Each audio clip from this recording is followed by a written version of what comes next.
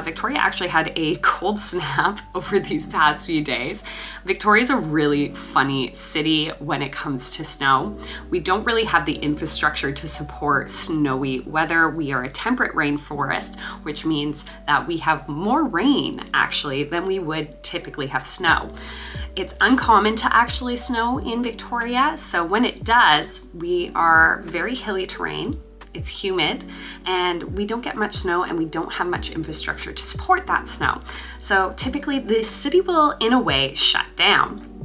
Something that I see every time it snows, I've lived in Victoria since 2004, is that even with just an inch or two of snow on the ground, frequently schools will shut down. Some workplaces will shift to a more work from home basis, depending on the workplace. And it reminds us all to slow down in a way.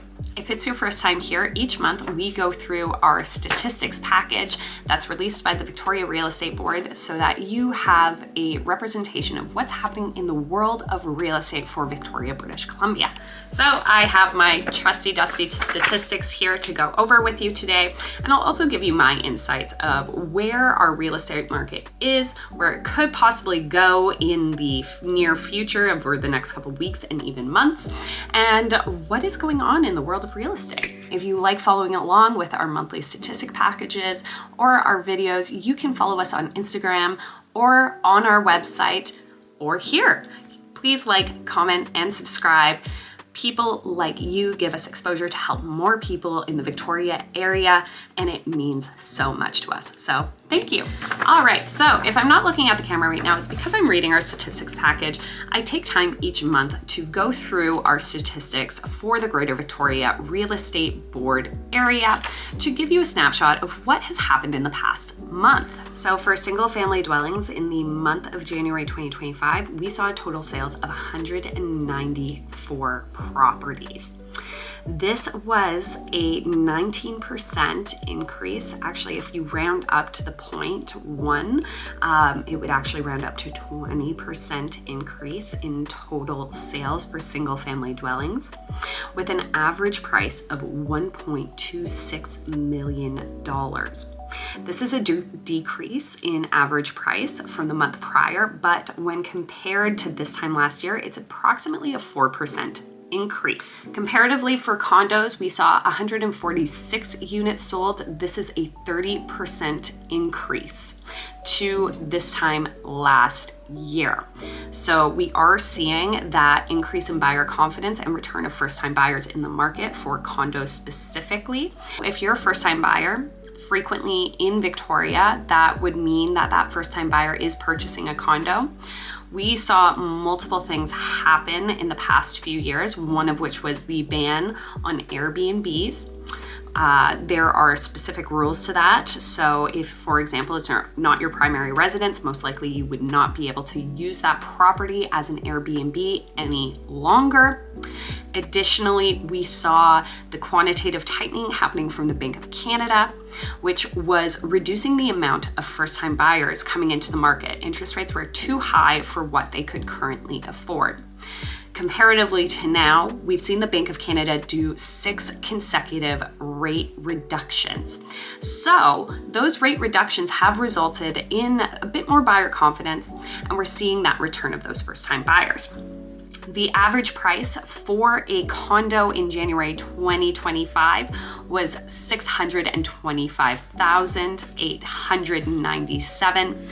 This is a 7% increase to the same time last year. And I want to really stress here that there are some factors that may be skewing this data. There is going to be a wide variety of price points for condos.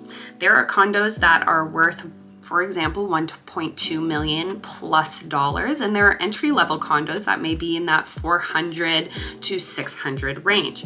If we're seeing in a pool of 146 condos being sold, and more of them are that bracket of the market that's, for example, maybe downsizing or more luxury, that may skew the data to make it appear that the average price of a condo is selling for a higher price.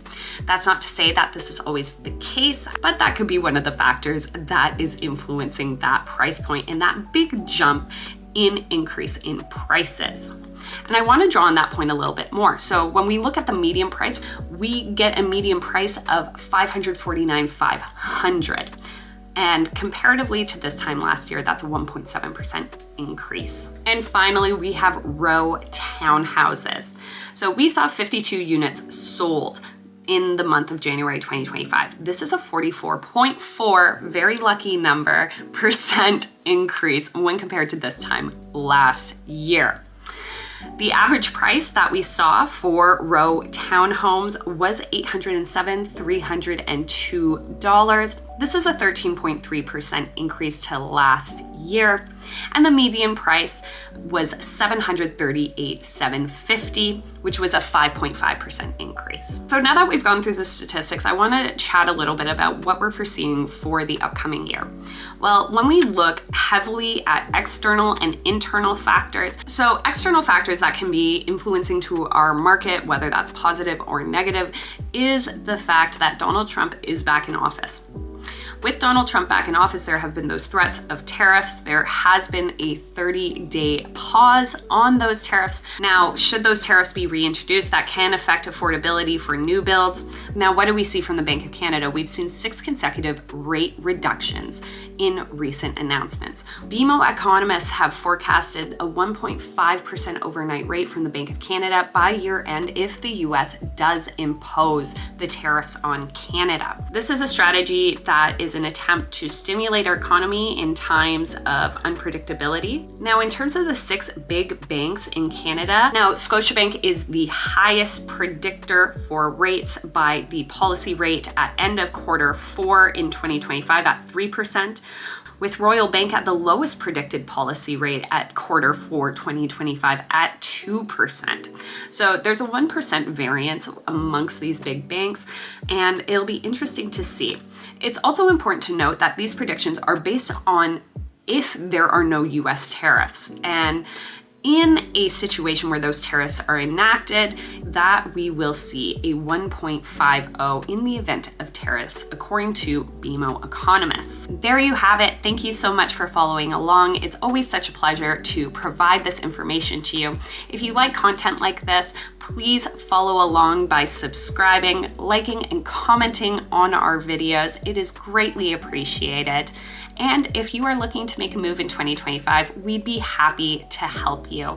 My info is in the bio below. I'm Kelsey Woolley with Woolley Real Estate Group at RE/MAX Camosun. Talk soon and take care.